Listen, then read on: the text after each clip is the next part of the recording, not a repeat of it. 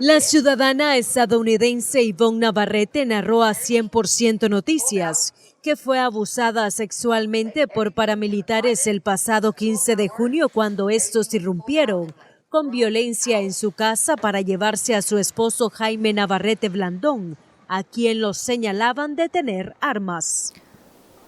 On June 15th, they came to the house at 5:30 in the morning, and they had guns pointed at the gate, and they told Jaime to open the gate, and that if he didn't, that they would shoot him. So he opened the gate, but they didn't have a warrant. They had no reason to tell us why they were here. They came in. I was standing in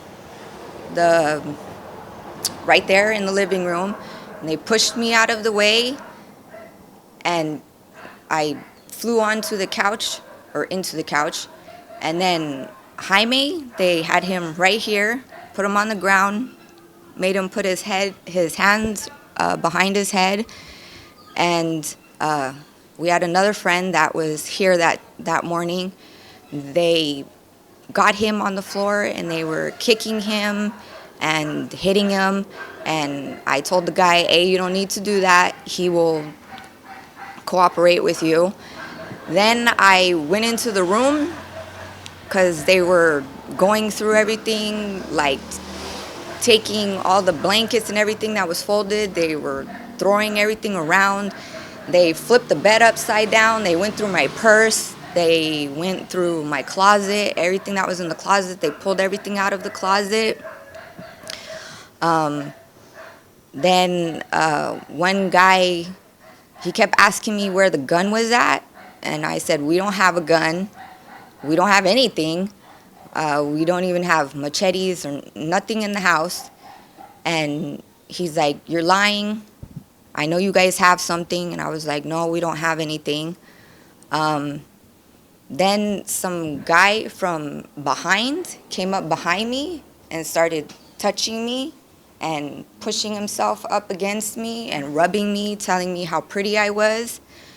And then after that, I told him, mi no habla español, and they took me out of the room and they sat me down over there, and then they put his hand on my head. And then I got mad and I slapped his hand away, and I went back into the room, and a guy that was in the room went into where my underwear were at, my chonies, and grabbed some of my chonies, smelt them, and then put them in his bag or fanny pack or something. My jewelry, all my jewelry, earrings, gold necklaces, bracelets, everything gone. They put guns to our head, to my head, and that's when they were asking me for the gun. But like I said, we didn't have anything, so there was nothing for me to give them. When he was touching me, he wasn't looking for a gun. He just wanted to touch me. He was saying how beautiful I was. He was just, I don't know. He was just touching me like, I believe if Jaime wasn't here, that he would have raped me. And if I knew who he was or he took his mask off, I would go for him. I would get a lawyer here, and I would go and put a case against him for sexual assault. A pesar que durante el allanamiento no se encontró ningún tipo de arma, la juez sandinista Rosario Peralta del Juzgado Tercero Distrito Penal de Juicio de Managua declaró culpable a Jaime por el asesinato del presuntamente paramilitar Ariel Ignacio Vivas, a quien al momento de su muerte se encontraba desmontando tranques. En el juicio, Yvonne testificó que sufrió abuso sexual por los paramilitares, pero la juez se mostró indiferente y puso en duda el testimonio. When I was in front of the judge and I was explaining to the judge what had happened and that I had been sexually assaulted by one of the guys, the judge herself or the DA herself, they didn't say anything. They didn't apologize and say, oh, I'm sorry about, what happened to you, but such and such. I'm not scared of being here, and I'm not scared of going home. What I'm scared of is leaving my husband in prison over here for 30 years. Because what happened, he didn't do it. He was home with me. And the video clearly shows that it wasn't him. But the judge didn't take that into consideration. She didn't take into consideration what happened to me, because what happened to me was because they were here. If those guys never came into our house and tore it apart, I wouldn't have been sexually assaulted by them.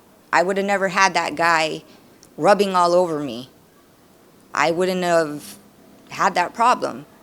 Like I said, neither her, the judge herself, or the DA apologized and said sorry about what happened. I do believe somebody around here ratted him out and said that, we have guns and we have this and we have that because of the fact that we have money.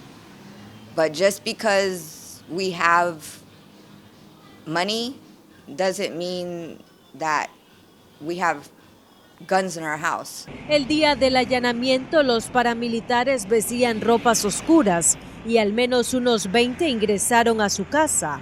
Según la juez sandinista, Jaime es supuestamente culpable de los delitos de asesinato y portación ilegal de armas. Leticia Gaitán, 100% Noticias, El Canal.